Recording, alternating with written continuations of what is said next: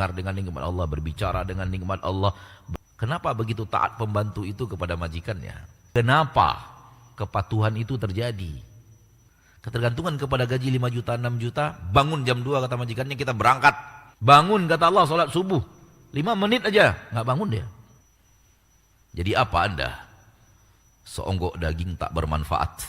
Lihat, diakui Allah, hamba ini hamba aku ini.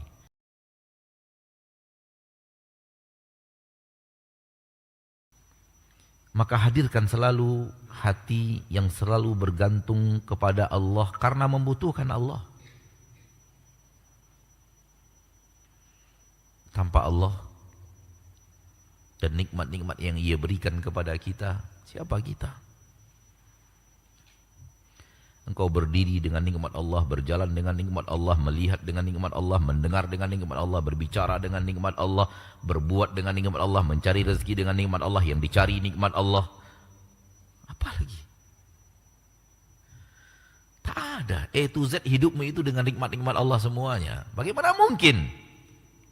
Kalau hadir itu dalam dirimu sebenar-benar hadir, engkau rajin berbuat maksiat kepadanya. Pernah melihat seorang pembantu bagaimana taatnya dia kepada majikannya? Pernah tidak? Kenapa begitu taat pembantu itu kepada majikannya? Karena ketergantungan terhadap gaji per bulan. Pernah melihat supir bagaimana patuhnya supir itu kepada yang menggajinya? Pernah? Entah supir perusahaan, entah supir pribadi, entah supir apa. Kalau majikan yang sudah nyuruh, udah. Kantuknya dilawan, tangis anaknya ditinggalkan, cemberut istrinya tak dia pedulikan. Yang penting majikan saya suruh. Betul tidak? Kenapa kepatuhan itu terjadi?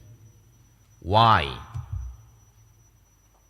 Karena ada ketergantungan terhadap gaji yang tak seberapa.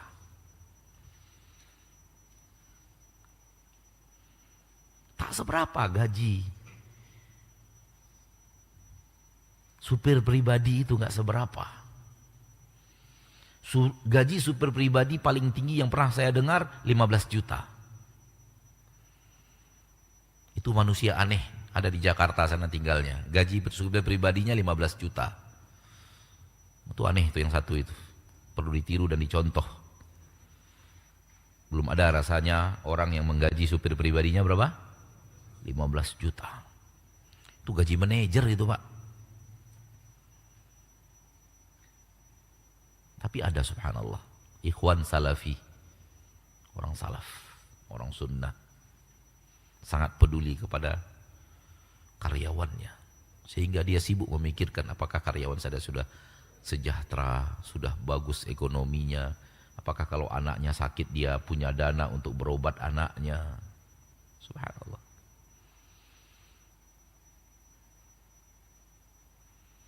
$15 juta. Itu miliarder-miliarder Indonesia itu belum tentu gaji supir pribadinya 15 juta. Dia nggak miliarder-miliarder banget lah. Tapi gaji supir pribadinya berapa? 15 juta. Itu paling tinggi yang saya pernah dengar gaji supir pribadi. Dan jangan antum daftar jadi supir pribadi dia, jangan. Tak ada gunanya. Belajar ilmu agama lebih baik daripada jadi supir pribadi. Coba lihat saudaraku, begitu hadir kebutuhan terhadap gaji yang mungkin hanya 3 juta, 4 juta, 5 juta, 6 juta paling tinggi. Lihat ketaatan yang terjadi.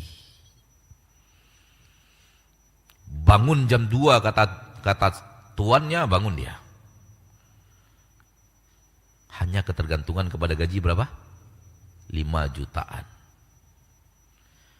Ketergantungannya yang luar biasa kepada Allah, bangun kata Allah, nggak bangun dia. Coba lihat. Coba bandingkan saudaraku. Ketergantungan kepada gaji 5 juta, 6 juta, bangun jam 2 kata majikannya kita berangkat ke Surabaya jam 2. Bangun dia. Bangun kata Allah sholat subuh. 5 menit aja, nggak bangun dia.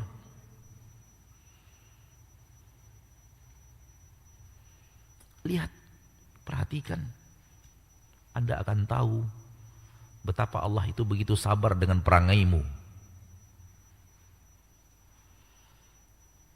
Kalau ada supir pribadi, perilakunya kepada tuannya bagaikan perilaku Anda kepada Rob Anda, apa yang terjadi? Di stop. Kalau Allah stop gimana?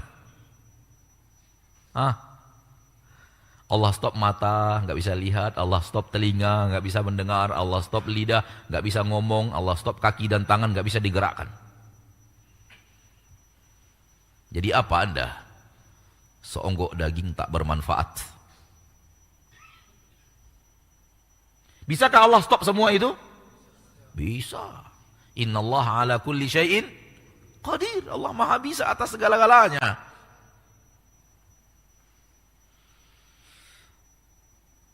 Tak Allah stop nikmat mata, lanjut maksiat dengan mata. Tak Allah stop nikmat telinga, lanjut maksiat dengan telinga. Tak Allah stop nikmat lidah dan mulut dan moncongmu, lanjut maksiat pakai moncong. Tak Allah stop nikmat kaki, lanjut bermaksiat dengan kaki. Tak Allah stop nikmat tangan, lanjut berbuat maksiat dengan tangan. Bukan untuk itu Allah ciptakan kaki, tangan, mata, dan lidah itu.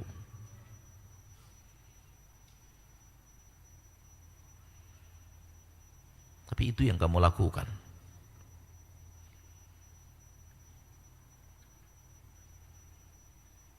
Maka hadirkan ketergantungan kita yang luar biasa kepada Allah, maka akan lahir ketaatan yang luar biasa dan lahir semangat menjauhi maksiat yang luar biasa.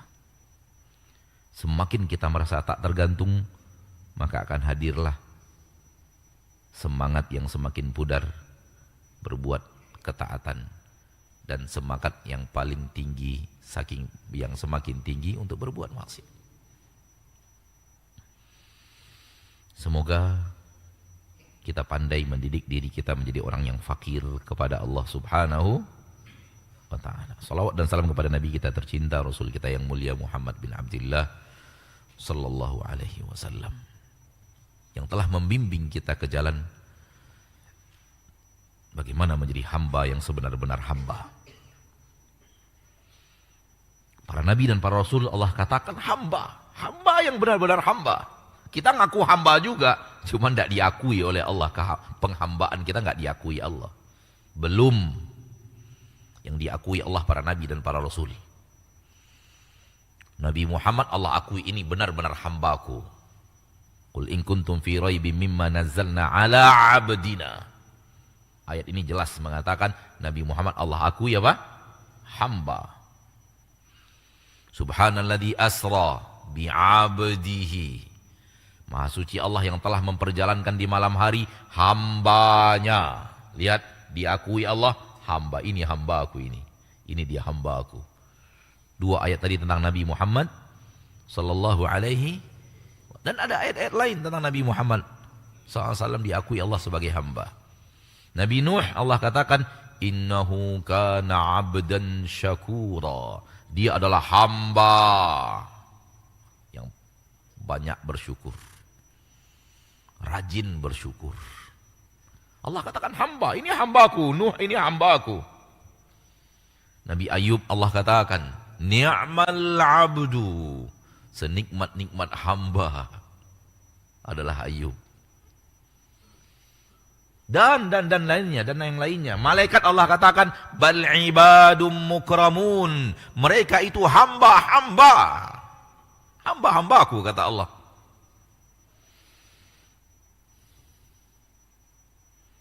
Kenapa? Karena memang mereka sudah bersifat sifat hamba yang benar-benar hamba. Kita tak punya sifat itu. Kita masih ingin berkuasa, masih ingin derajat punya, masih ingin derajat tak tergantung kepada Allah. Mereka sudah tidak punya ketergantungan kecuali kepada Rabb mereka yang satu-satunya itu.